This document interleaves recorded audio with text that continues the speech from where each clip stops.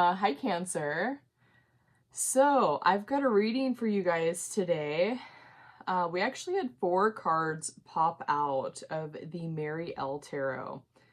So we're going to, normally I've been doing just 1 card and then the bottom of the deck for both decks, but we have 4 cards. So I'm going to go ahead and show you these. This is what popped out. Okay. Oh, are they naked? Oh, she is. You can't really see. Okay. All right, you got the star card. I'm gonna cover up that little area. Then the Queen of Wands. So star card, beautiful.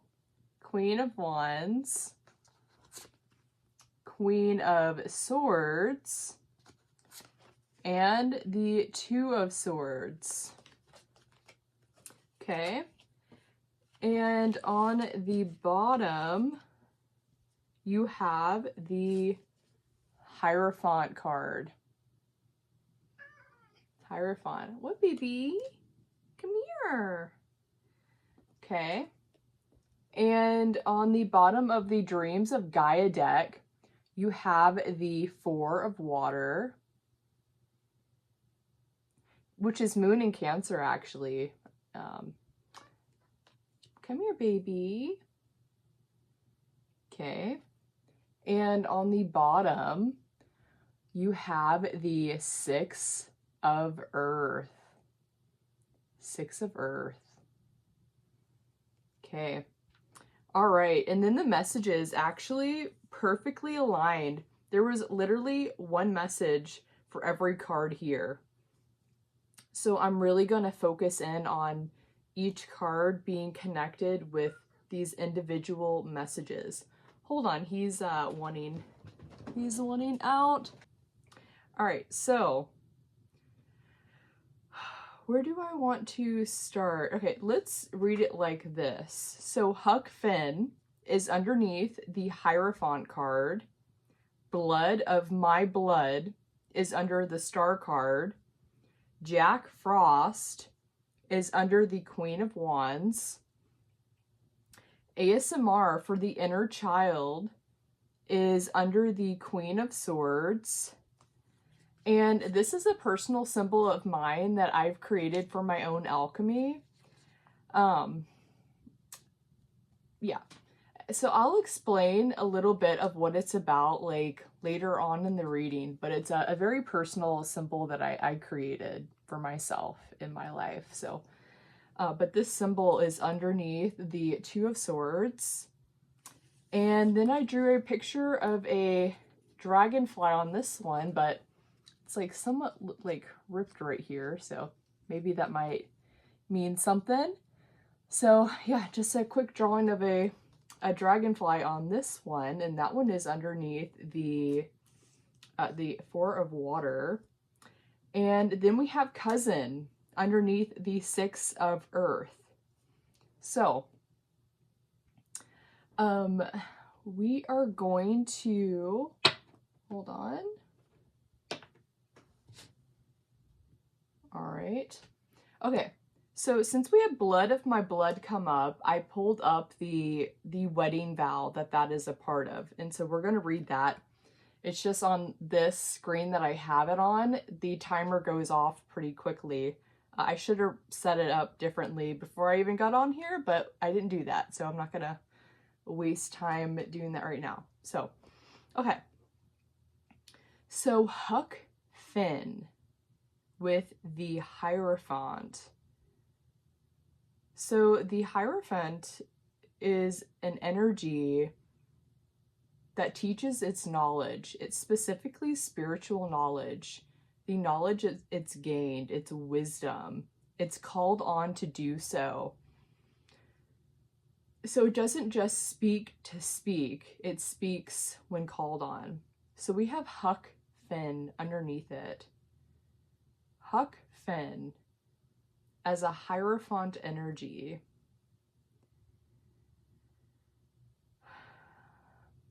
Like mischievous, that's what I'm thinking of. I'm thinking of um, what's that guy from, his actual name, Elijah Wood? Wasn't he in the movie Huck Finn? Adventures of Huck Finn? And he was dressed up as a girl. That's really the only scene I can even think of right now, other than him on the river with that one man. Yeah, he dressed up as a girl.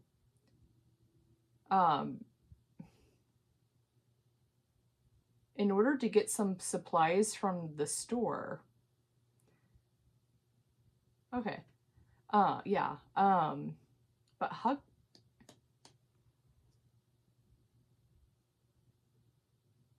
Wisdom, though.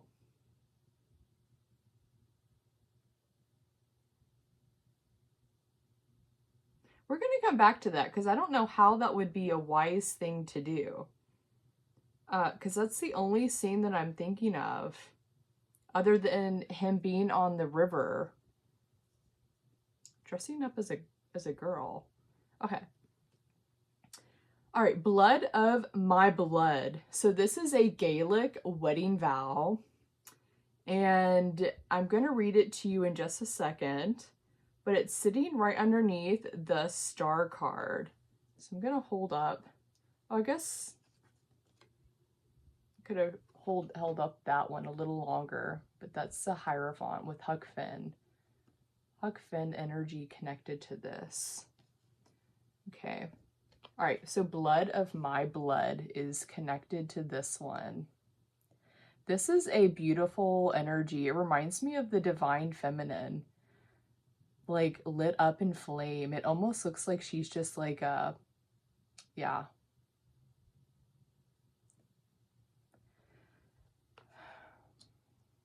Okay.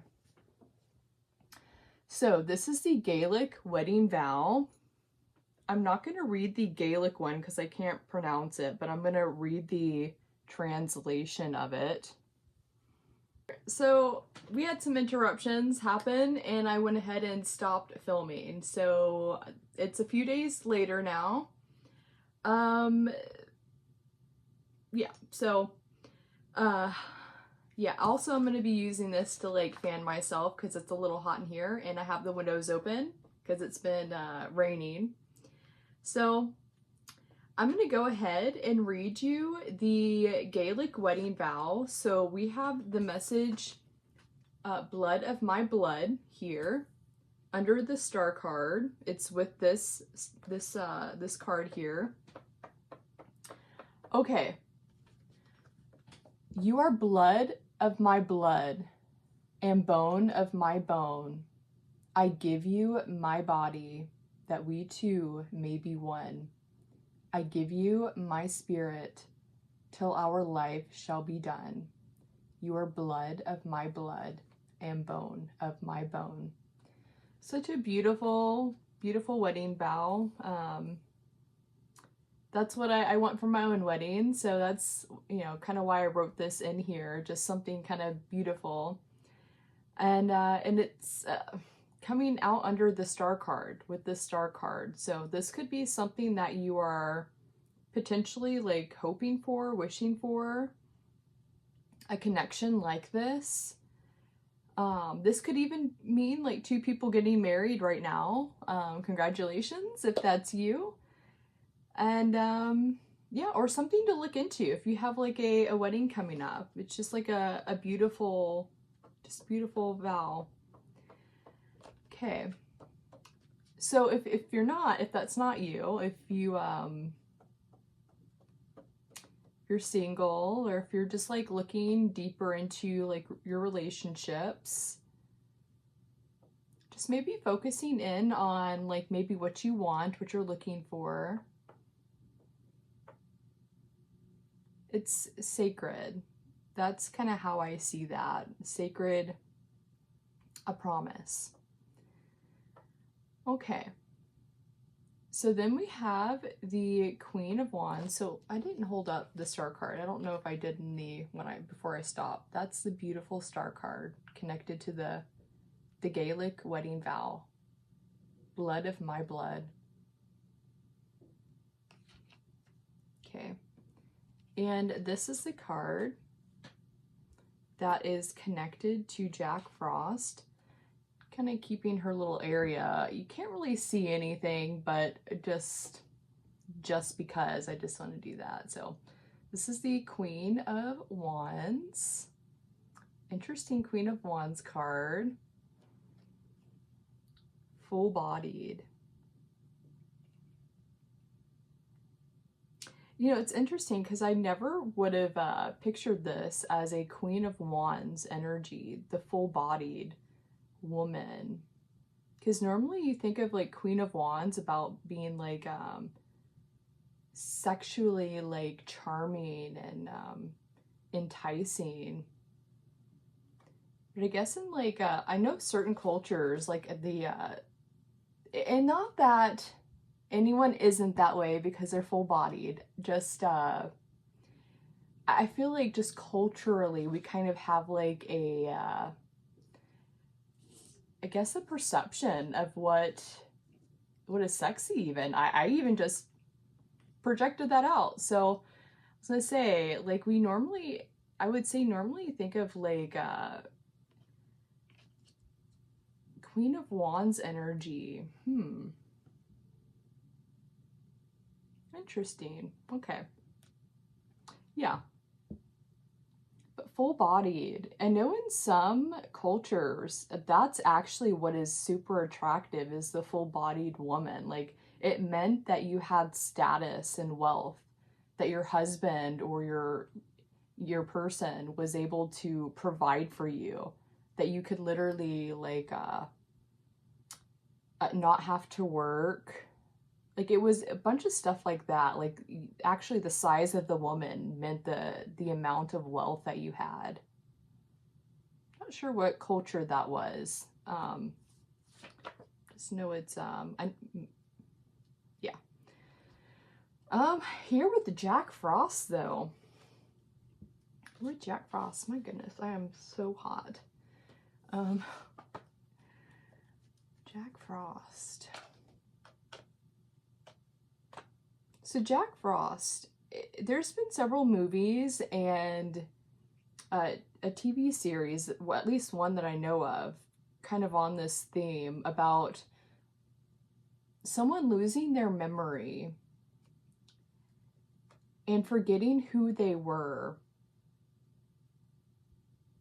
In one of them, it was about a father forgetting who he was, and then another one, it was about a kid not understanding why he was a guardian to the world, and he didn't have access to his memories, and that kind of, it was a painful place for him.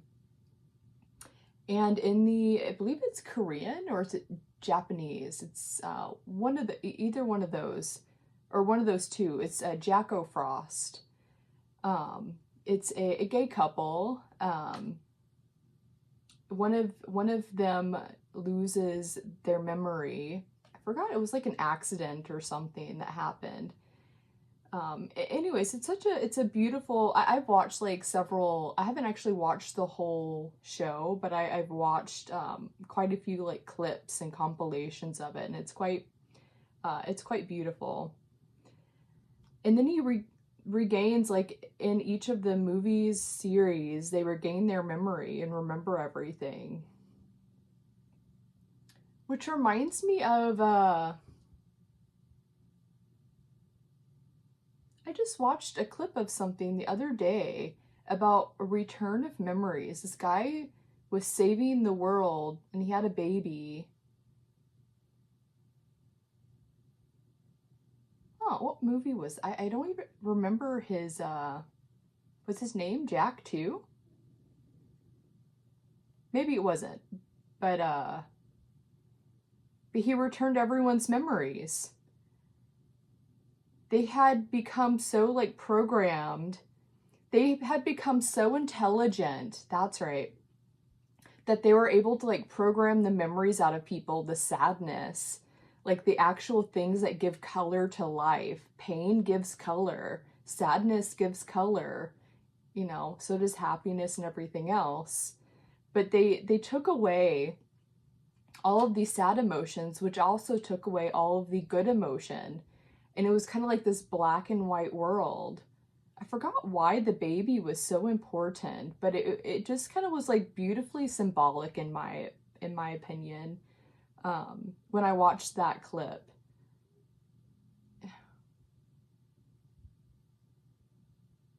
Yeah, sadness is beautiful. It has its own kind of beauty to it.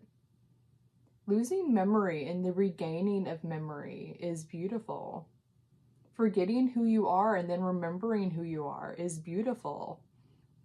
It's sad and it can be painful, but it can be liberating and healing when you start to come back into who you are. So that's interesting with the Queen of Wands here. Remembering your passion, your fire. Hmm. Oh my goodness, I wish it was. I might end up turning the air on after this.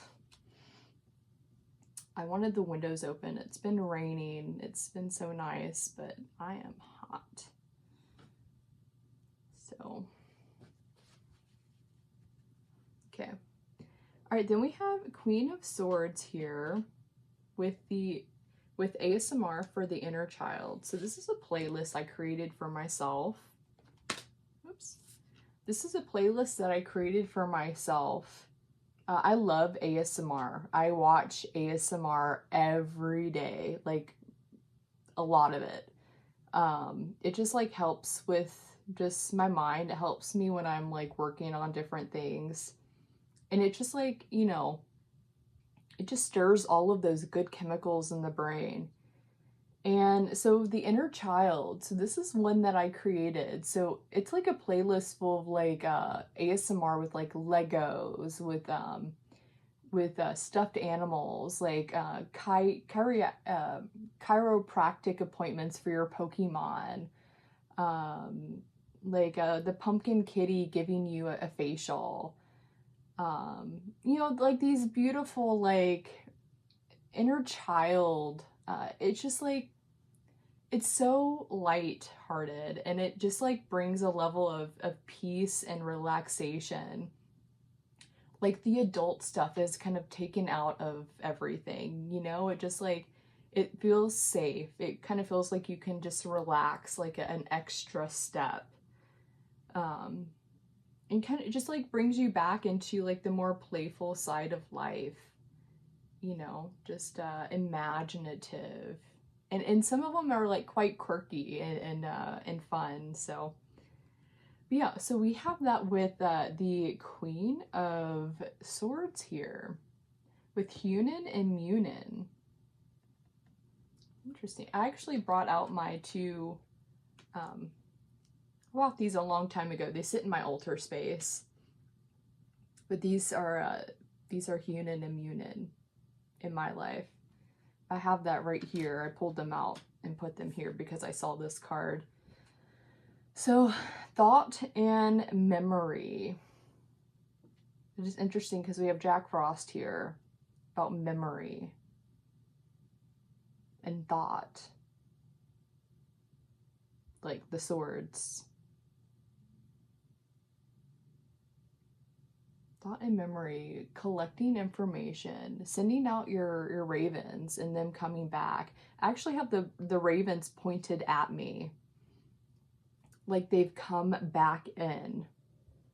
So in my book, like sending out the ravens is like sending out an intention, sending out asking questions and allowing them to come in, like not needing them like I need this answer right now.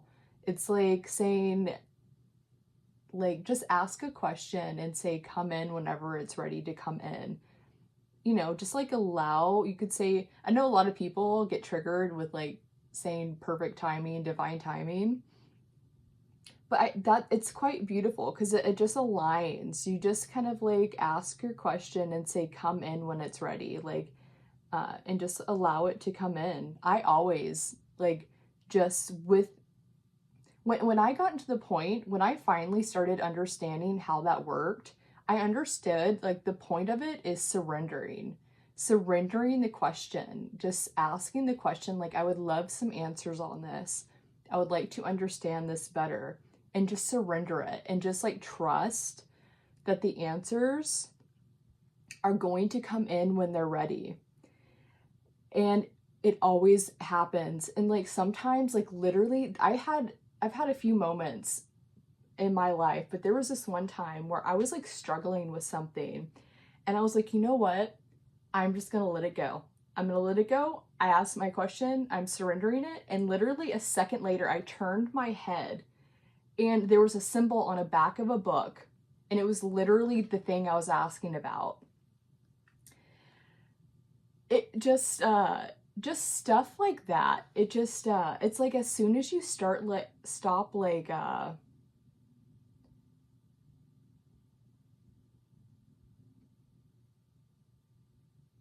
sorry.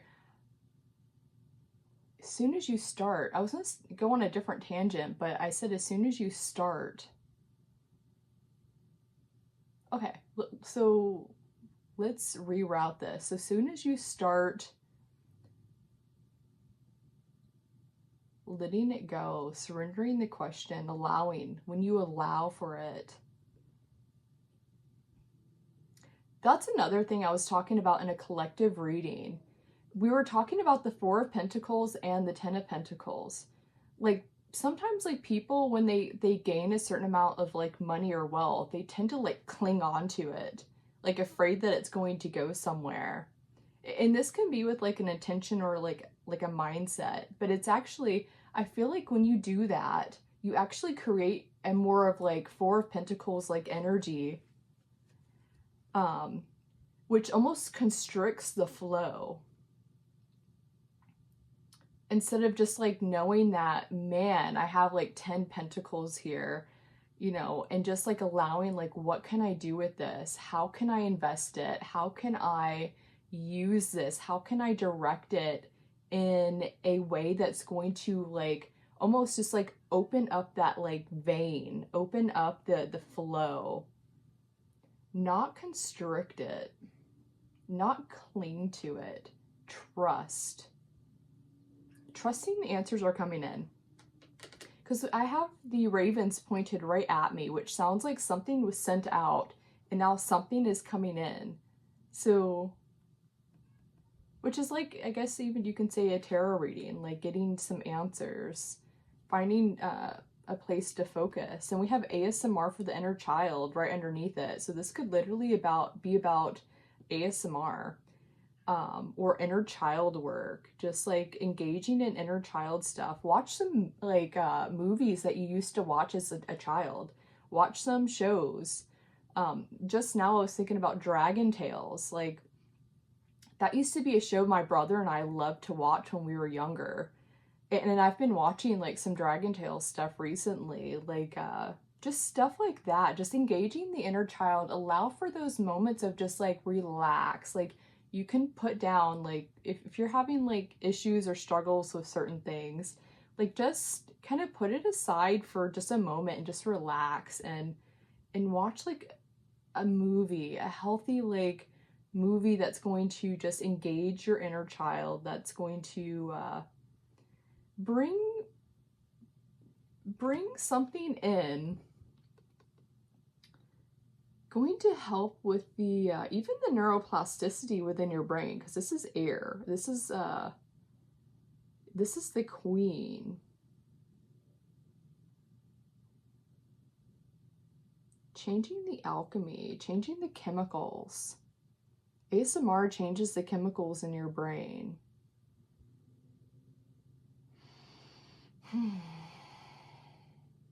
The ASMR for the inner child. Yeah.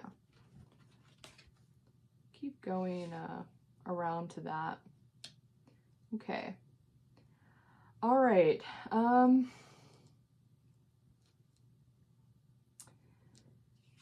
Okay. Two of air. We have this very personal symbol to me right below it. Okay, so So Two of Air can mean quite a few different things. So this can either be like boundaries in place, guarding your heart, protecting something, preventing something from going further. But this can also represent like two truths, like two separate people. And I've seen in a deck where it's like two people with their swords, both kind of like at odds with each other, which it basically means like two people holding two separate truths. It's their truth, but they're like conflicting with each other. So this is the downward pointed swords. I was actually, in my mind, I had a picture of the upward pointed swords, but these are the downward. Justice. This is Moon in Libra, and that represents, Libra represents justice. Oh, and the Queen of Swords is here, which is representative of Libra. Interesting. Justice. Hunting something down. So when the swords are pointed down instead of up, it's a truth that is having to be hunted down and claimed because it's not being willingly shared or given. This could even mean like something hidden, but it's two. So two truths hidden, something.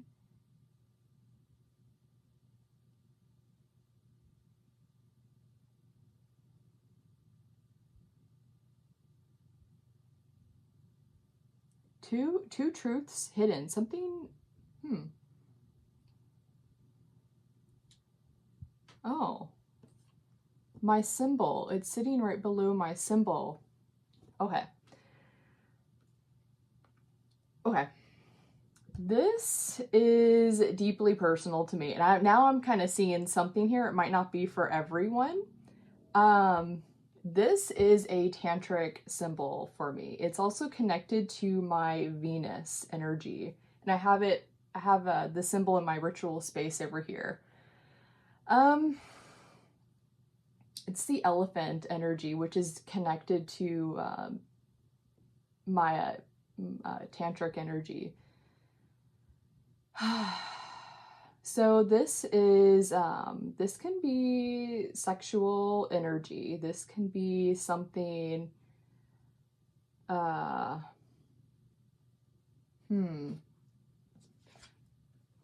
sitting under here.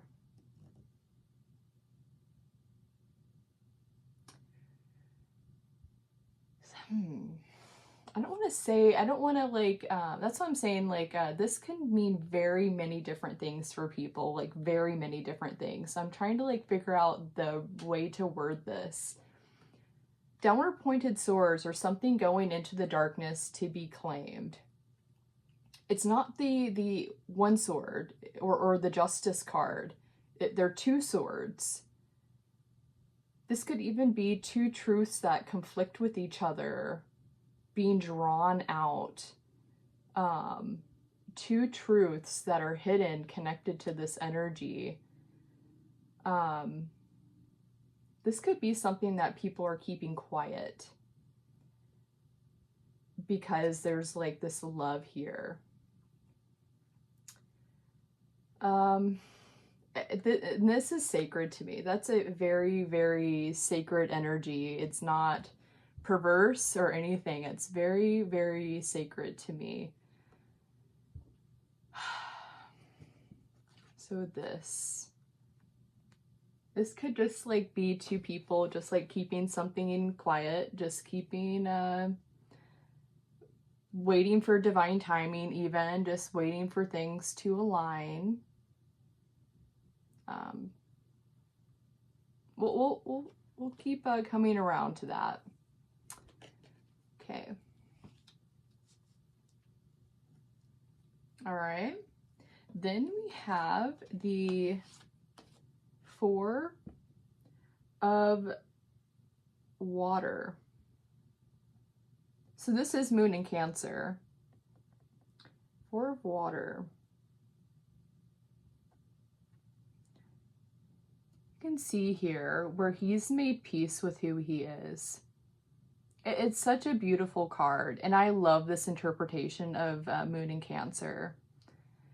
You know, in a lot of like traditional tarot, I've never understood why Moon in Cancer was the 3 cups with a 4th cup, with this guy not seeing a 4th cup. And so it gets a bad rap. The 4 of Water always gets a bad rap. And I never understood that because it's Moon in Cancer, which is in its rulership. And it should be like a powerful and like beautiful emotional energy, but it's the not seeing something. Like it's never, I never understood it. Never understood why that was the like traditional 4 of Water card. So anyways, such a beautiful, I don't know if I already said that, but I have Moon in Cancer. And so anyways, that's probably why like I have like an issue, because it doesn't make sense to me. But yeah, here, so he's making peace with who he is. It's such a beautiful, beautiful energy. He's a merman, just like all this, yeah, he's looking into the mirror and you can tell like he's been through things. He's, you know, he's missing an eye. He's got scars all over his face, but he's smiling. He's made peace with who he is. It's just so, it's so beautiful. I'm so grateful for decks that have like a different twist on like some of the more like unpopular cards. Yeah, made peace with himself. Has found beauty in his scars, in his pain, and things lost. Because I'm thinking he has a missing eye here. Oh, Odin has a missing eye. His raven. Oh. Odin's eye. Odin's eye. Oh, okay. This is interesting. Okay. All right, let's not get sidetracked. Let's keep going through with this, and then let's finish this part, and then we'll go back through everything. Okay, so we have the dragonfly. So this is just a simple drawing of a dragonfly. I actually have an alchemical dragonfly symbol, but this is just dragonfly, which is interesting because I don't know when this happened. It was already ripped when I unraveled it, but we have this little rip on this one little wing here. A rip on the wing. Oh, you know, he's scarred. This is now reminding me of How to Train Your Dragon. You know how Toothless, his tail wing was ripped, so he couldn't fly. And Hiccup fixed it, but he did it in a way where it was fixed only if like he was flying him.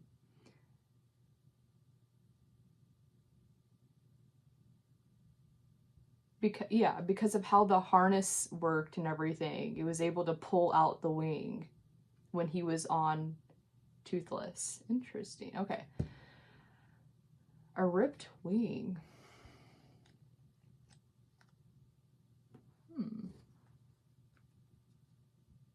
Ripped flight.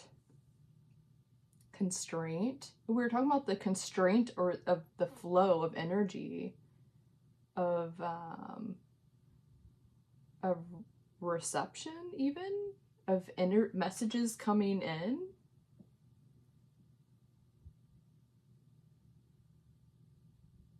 Okay. All right, let's keep going. Okay, so then we have the 6 of Earth.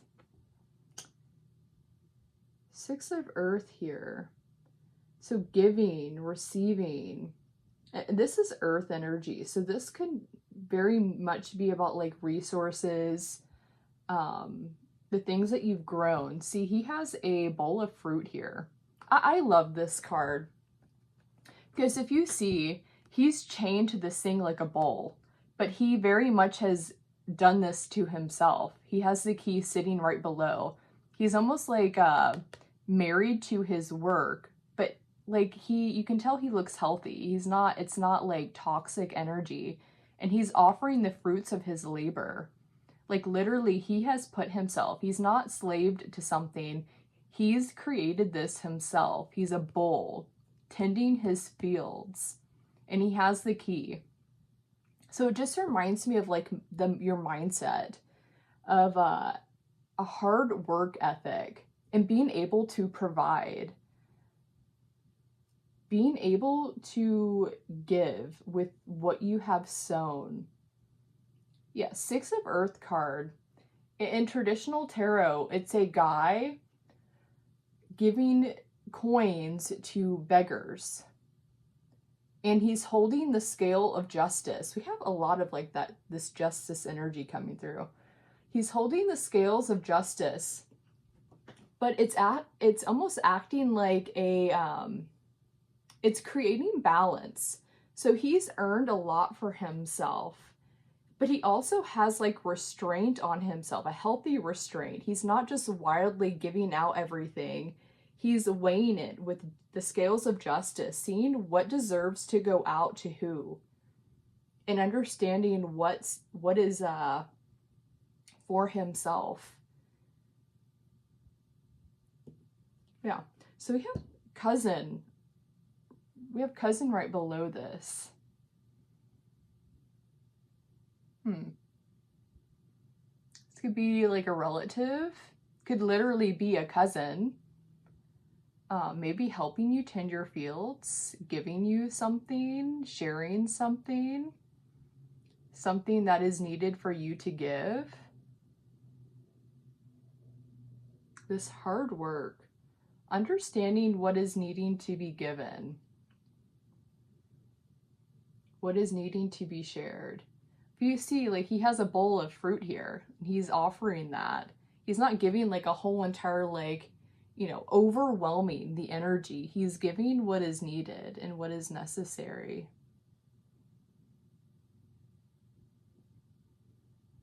But cousin. So this could have something to do with an actual cousin. Could be a relative in some way. Not everyone has cousins. Not everyone has like living relatives or, have a connection to that. So it could just even mean like people who feel like family, who feel close, who feel like family. In the way that you've determined what family means to you, because not all family feels like family. But what you have determined as what family represents. Yeah, creating your own family even. People who balance this within you even, who also has resources to share with you. Like this mutually beneficial. I think, yeah, and other Six of Earth cards, it's about mutual benefit. Everyone has their skills. Everyone has the things that they're good at. And knowing how to share that. Mutually receiving, mutually giving. It doesn't have to be the same thing. It can literally mean like they have and resources can also mean like knowledge and the stuff that you've that is resourceful in some way. Oh yeah, we have knowledge sitting right below that. Yeah, could literally mean knowledge, but it could actually mean like what you've tended, labored over, whatever that means for you. Prayers answered. Okay. Okay. All right. So, oh yeah. So, Huck Finn, I went ahead and just looked to see if there were any synchronicities with this movie. And I didn't find a single synchronicity. It was eerie. Normally I find something. So I thought it just had more to do with the overall book or movie. So I went more into the comments to see what was in there, and I found a lot of synchronicities in the comment section. So I just took just two things because it stood out to me. Huck Finn, this book is banned, which I didn't know that. And then someone said in the comments, question who is given the power to ban books is equally as important as to why they were banned. I thought that was such a I was like, yes, right. It just stood out to me. Questioning who is given the power to ban books for millions and millions of people is equally as important as to why they were banned. So who, like what, like, it was probably like a group of 10 people sitting at a table who determined this for millions and millions of people, right? So it's like, yeah. Anyways, I understand, like, that's a complicated issue, especially when you're thinking about like children and like what very, very complex, like what deserves to be heard, what deserves to be in schools, what deserves, and this is very different for everyone because like I live in the South, so you know, there can tend to be a little more of a restriction around like even LGBT stuff. Not all the time, but just like it also depends on like where people live, what kind of school they're going to. Because I also, for a time, for about 3 years, 8th through 10th grade, I went to a very, very religious private school, and we had a library there, which was just pretty much like religious YA books and stuff. So yeah, that sounds that might be just something for you to question. Why and who determines what kids read? And depending on who is here, I think every single person is going to have a different answer. Yeah, because I feel like some people it's such a complex issue because it's like, you know, some people are more like open-minded about their children understanding like sex and understanding what their body does, and in a healthy way. And I feel like there are certain lines that should not be crossed, like within like you know, with children. But I feel like also nurturing. So this is something that I learned that I've thought about because I grew up in the South and I went to a religious school. And a lot of the YA books were awesome, and obviously they were religious. They had the religious themes on it, so they didn't have sex anywhere in the book. But they had a lot of this like nurturing of romance, and I feel like if anything, that's what is I feel like that is almost like skipped over in a lot of books. And I feel like that's where I would cross the line. I feel like there's like almost like a needing to come back to center. Like, especially like if you think about like the beautiful YA books that I grew up on, they were just like nurturing the romantic side of things, nurturing the care, nurturing the watering of a relationship, nurturing like even tradition, you could say. This is Cancer, so Cancer can be quite traditional in some ways, especially when it comes to love and family. So it was very much about like this nurturing of the actual relationship, tending the garden thoroughly, tending the garden thoroughly. And I've noticed within a lot of like more recent books and stuff that have been written, it almost like skips quickly through all of the like nurturing of their romance and relationships and jumps right into the sex. I think that's where people have issues. That's where I have issues. Like if my child, like I would not mind my child learning about sex, and I would love to be able to talk to them about that. But it's where like all of this like raunchy stuff gets involved, where there hasn't been the I don't want to say proper, but there hasn't been like that thorough like nurturing of the seeds of it, of the roots, the soil of like relationships and of people and of their hearts and their souls. It just kind of like immediately jumps into like this raunchy stuff, this fast paced energy.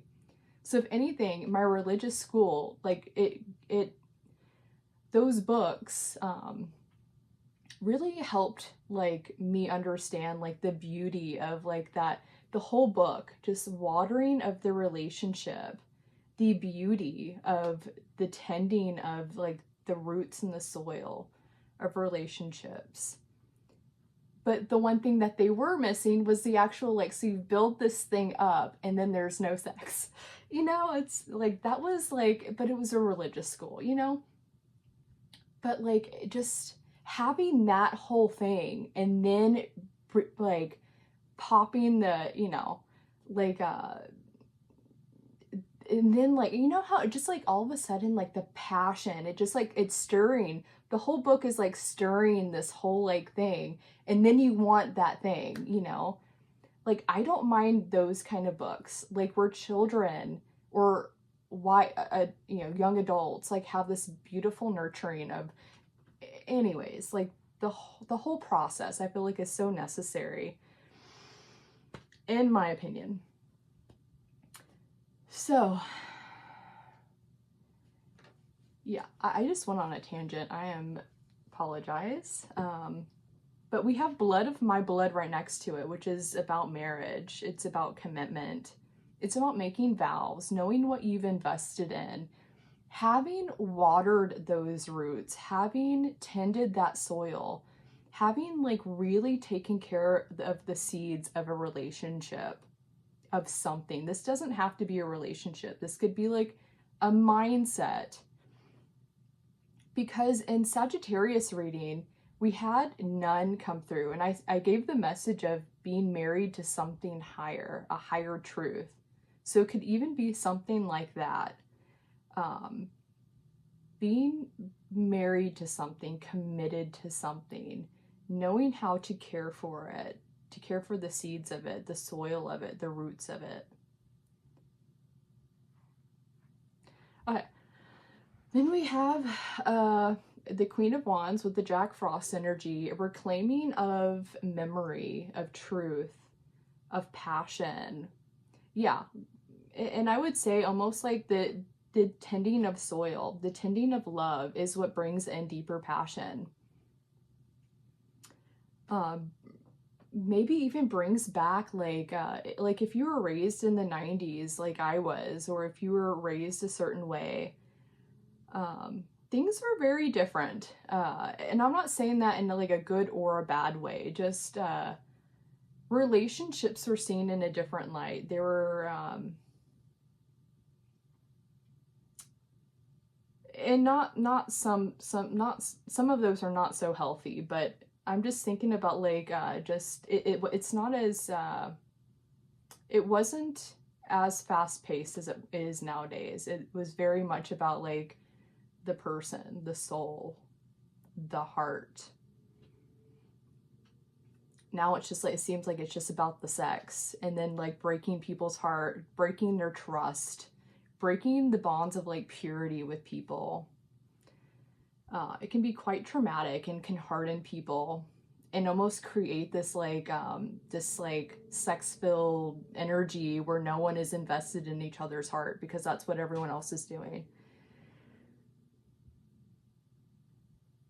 So Jack Frost, though, remembering something, coming back to the beauty of something, remembering who you are, remembering your passion, what you really want sexually. This is the Queen of Wands. Like, it is a card, it can be a card of sex. But like passion, creativity, knowing who you are as this person.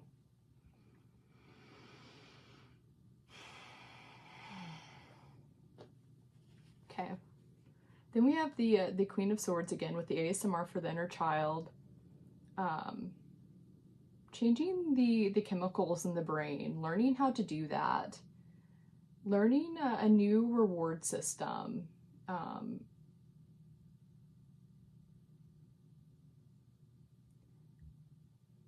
I was just thinking about Pavlov's dog. Training your body to be conditioned in a certain way, to find dopamine in different ways, be satisfied in different ways. So we have the inner child here, which is very much about nurturing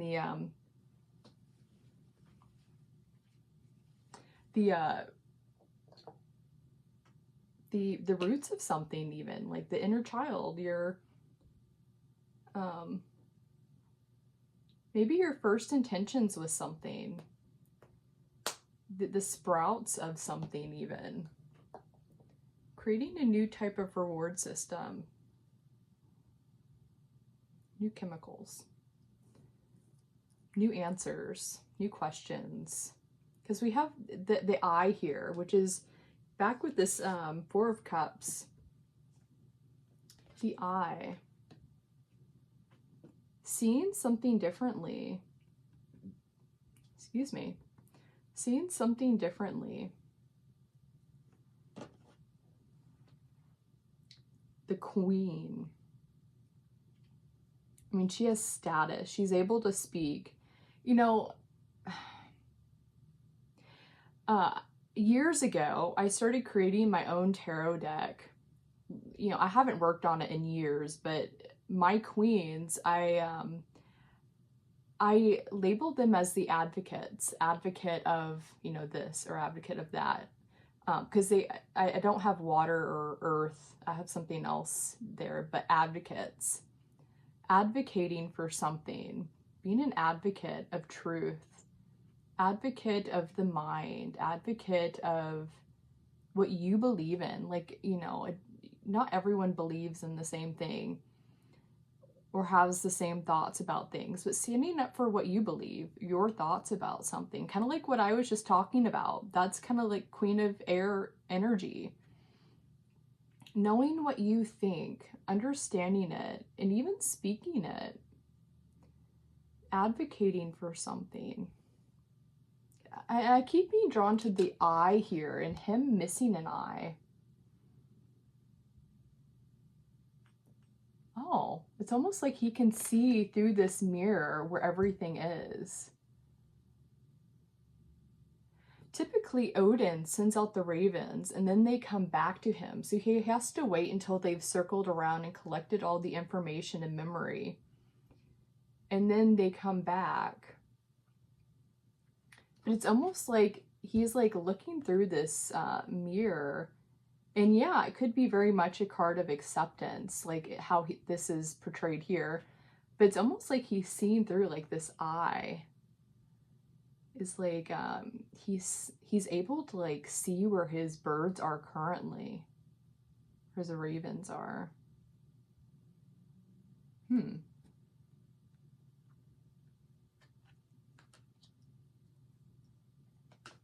ASMR though? The inner child could literally be what I was talking about with the stuff for children, like, you know, just questioning those things. If you're not already questioning, like, what do you actually believe? Like, what do you feel? And why? That's important to understand. Why do you feel? Is it something someone else is telling you to feel? You know, understanding why. But yeah.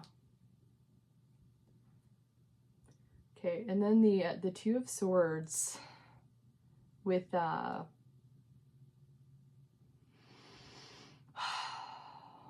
this tantric energy. This could literally mean understanding the healthy side of sex, the beauty of sex, and making that a healthy part of even how your life is built, or like even with your children. That's actually something like I've thought about, like when or if I have children. It's just like I want my children to know that sex is healthy, sex is good, and it's important for relationships, at least in my book. And like I want my children, if I have children, to like hear love being made, hear and understand the beauty of it, that it's not something to have like something in secret or something to like fault them for. Like I had a very unhealthy relationship with sex growing up because of how my parents raised me. And like it was bad. Like, you know, it was really awkward and secretive and stuff that like very much was like projected onto me.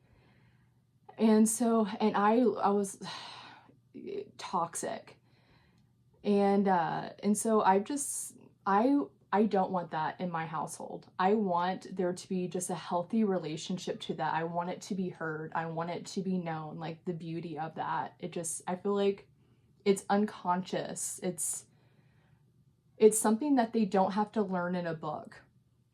It's something that they hear. Love in motion. Love in motion. Have this sitting right here under these two swords. Something being claimed.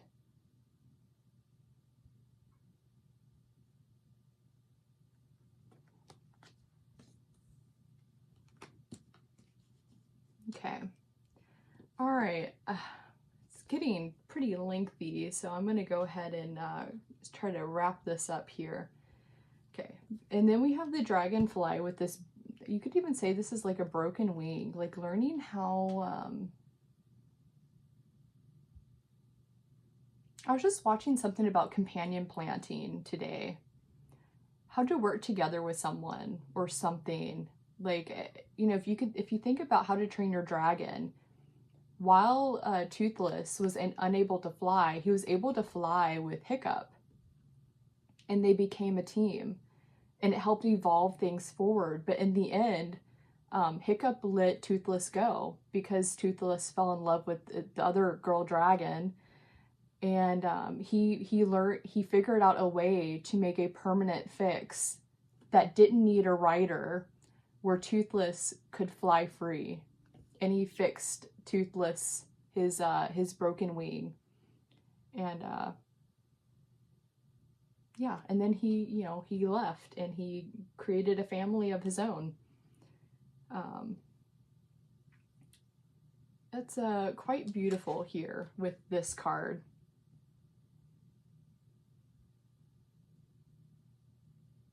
Beautiful. Moon in Cancer, that beautiful, beautiful, powerful, emotional energy. Moon in Cancer in its rulership, just emotionally impactful, healing, finding that, seeing that within yourself. This mirror could literally have nothing to do with seeing something. It could just be like a reflection of who you are, what you're witnessing within yourself. This flying free, even. No matter where you're at within this could be like learning how to fly with someone while maybe a wing is broken. Or this could be you fixing something and having a permanent fix. Like he's found absolute beauty in who he is. He doesn't see himself as being broken any longer. Quite beautiful. Okay, and then with the cousin sitting here with this fruit, this offering, resource, things tended. Like, it's, yes, I've labored over this, and I've done the work to get this, and offering it freely. Even seeing a need, seeing someone that needs something and helping them, feeding them, teaching them. It reminds me of the saying, teach a man a fish and he'll eat for one day. Wait, give a man a fish and he'll eat for one day. Teach a man to fish and he'll eat for a lifetime. This could be just helping someone learn how to tend the fields of their mind, of who they are. Could mean very many different things. Could be about a cousin, because we have knowledge sitting right underneath this. Could be about knowledge even, just, but doesn't have to be that for everyone. Just, yeah, in mutual reciprocity in some way. It doesn't have to be the same thing. One thing could be money for one person. One thing could be knowledge for another person. Emotion, whatever it is.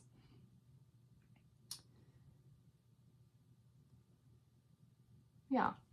Okay, so is there anything else here that I need to... It's gotten really lengthy. I feel like I could probably keep picking through this one especially. It just feels like there's a lot here. It is Cancer. So, probably like a never-ending well I could go down right now. Okay. But Huck Finn being the Hierophant. This was also about like befriending a slave, a freed slave, and standing up for him. Oh, we have this companion thing, like having to work with something that, if you think about like back in the day with like slavery, even with like freed slaves, like they were still at heart, like it, you know, going through a lot, like and I know like everyone, like empowerment and everything, like standing up for yourself, but there's some situations where literally standing up for yourself can be harmful, and you have to be in survival mode.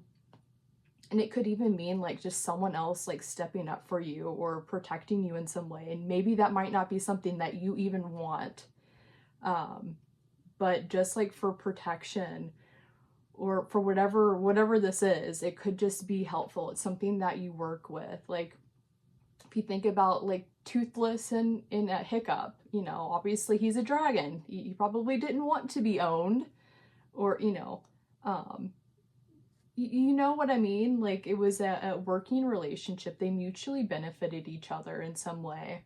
And then he found his wings. He found his wings and was able to fly free and do what he wanted to do.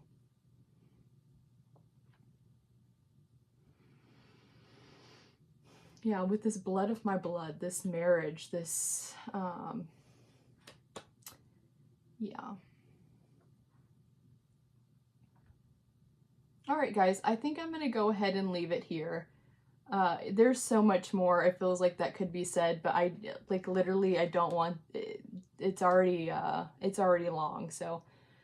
All right, Cancer, I hope you got some beautiful questions to ask in your own life and some answers, some good alchemy, and I wish you luck with whatever this is, and I hope to see you next time. Bye.